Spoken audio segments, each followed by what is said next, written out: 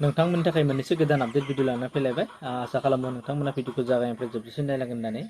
दा दिनैनि गिबि आपडेट भिडिअ जाहैबाय बिपिएफ दोलो बा हाग्रामा महिलारिया फैबाय थानाय बा बोहैथि दाननि 5 अक्ट'बराव बिटिसिनि सरकार दानो समायखिरा लानायनि थाखाय आबसुनि आफादगिरि मानगोनां दिपेन बर' बिथाङा हाग्रामा महिलारिखौ साबायखर बावहरनायखौ नुनो मोनदों आरो फैबाय थानाय समाव बड'लेण्ड रायजो राजानि आसाफोरखौ सुफुंनो थाखाय बड'लेण्डखौ गोख्रों खालामनो थाखाय आन्चलिक दोलोखौ खौसेयै खामानि मावलांनो हायो नामा होननानै प्रमद बर' आरो हाग्रामा महिलारि बिथांमोनखौ खावलायहरदों। दुलाराय बर' फरायसा आफादा सम आरो थासारिखौ नायनानै बिटिआर एकर्डनि दफाफोरखौ मावफुंनो बा सिमा बारायनाय, गामि सोसननाय आरो स्कुलफोरखौ सरकारि खालामनायनि थाखाय गोदान सरकार बा हाग्रामा महिलारि सारजों इयुनाव रायज्लायनो नाजागोन होननानै बुंदों आबसुनि आफादगिरि मानगोनां दिपेन बर' सार बिथाङा।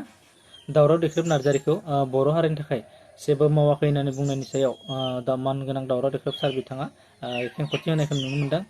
बिथाङा बुंदों जेब्ला बर' रावखौ स्कुलाव थिसननाय बा रमान हांखोखौ आन्दलन खालामनाय समाव जोङो बुजादों होननानै बुंदों आरो बर' हारिनि थाखाय जोंनि न'खरा गोबां कन्ट्रिबिउसन दङ होननानै बुंदों।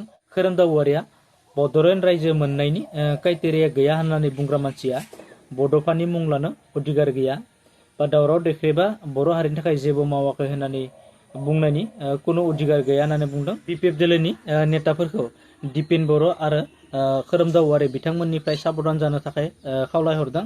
मानोना बिथांमोना जेबो मावनो हायैनि थाखाय बर' हारियाव बायदिसिना इसु लाबोनानै दावराव दावसि खालामगोन होननानै बुंदों।